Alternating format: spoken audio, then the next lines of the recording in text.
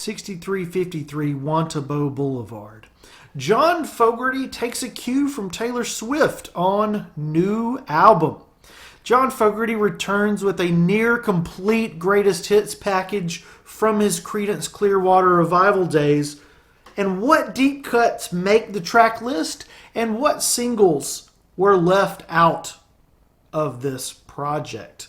With John Fogerty adding John's version to all the tracks, it's kind of hilarious and kind of sad that he has to tack that on there. The ultimate legal precaution to make sure that John gets paid for his own music.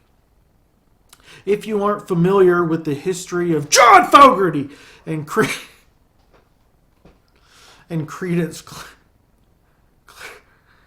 Clearwater Revival, I can't be serious. Are you serious right now?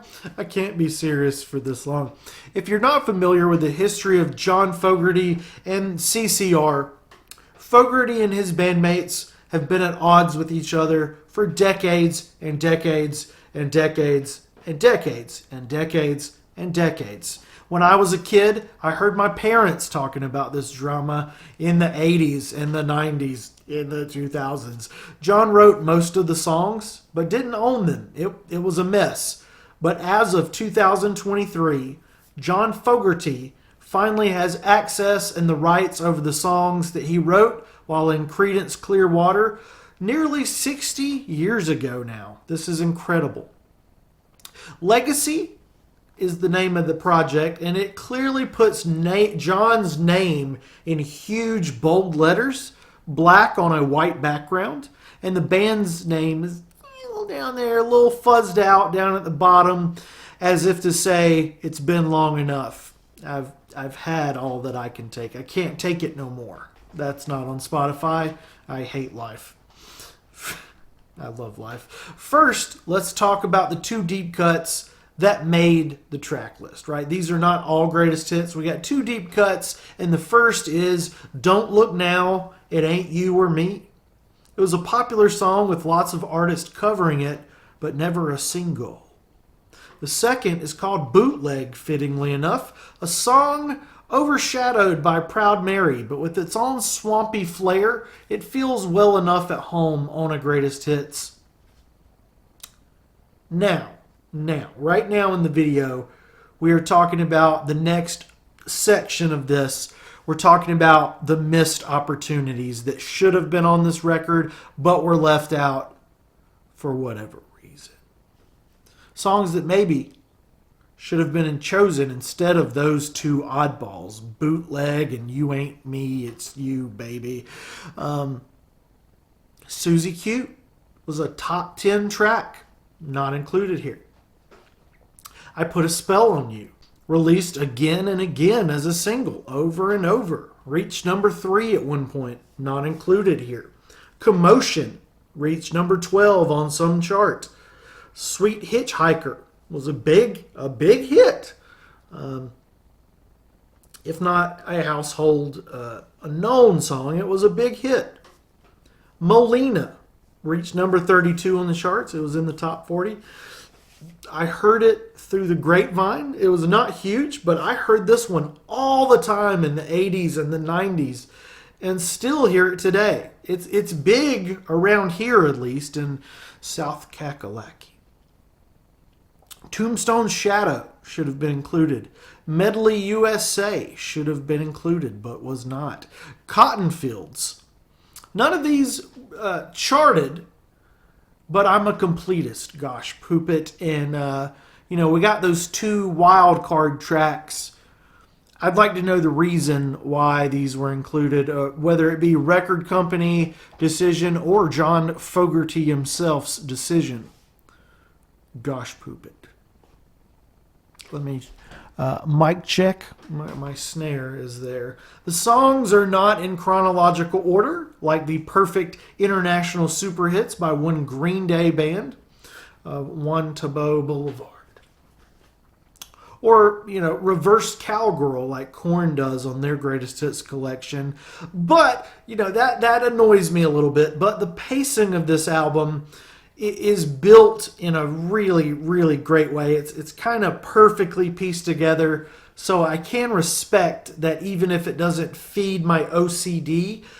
Some of the songs, I wish they were chronological, but I do see the journey that they're trying to take you on with this particular order. If there was thought put into it, I believe that there was.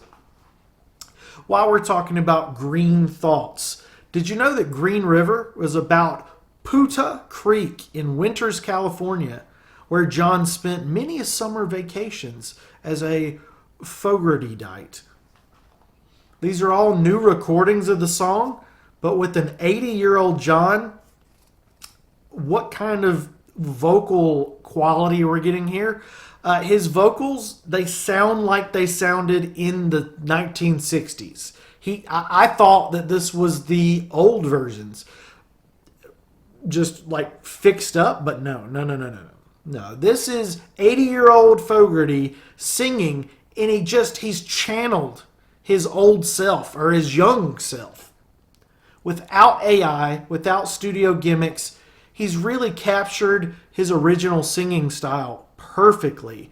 And just like he set out to do, the songs are more punchy and emotional than the original recordings, if you can believe that. I was a little worried that these songs would all be 2025 remixes with wacky alternative lyrics, maybe Papa Roach, like the lead singer of them, rapping on songs. But no, everything is just how you remember it on the originals. They're just like they were before, but they just sound amazing. And they're re-recorded with cooler guys playing the instruments. Not that we're taking sides here. So you do really get the best possible versions of these classic songs. You don't have to worry about a stupid remix with Falling in Reverse, rapping over Proud Mary and stuff like that. That would be atrocious. And it is what feels like the most complete compilation that Fogerty has ever released. He's getting paid for his writing. And I'm on a journey to hear every song ever recorded here. In my ranking system here on the channel and in my real life, John Fogerty is my 360th favorite artist. Creedence is a little higher at 113. I'm sorry, John. It is what it is. And while compilation albums don't alter my ranking, I only rank bands by their studio catalogs. I do feel like this is course correcting. It's a course correcting compilation, not a CCR, but a CCC. And this compilation does deserve a video and album review of its own. So critics, magazines, even the AI robots, the T1000s, they're singing the praise of this one. And I can't beat them, so I'm going to join them. I'm like John Connor, just getting randomly oofed on a beach. Legacy is a 4 out of 5 greatest hits collection. Let me know what you think about this collection. Let me know your favorite tracks. And of course, subscribe and go and watch the rain. It is raining here in South Kakalaki. Coming down on a sunny day. 6353 Juan Tabo Boulevard.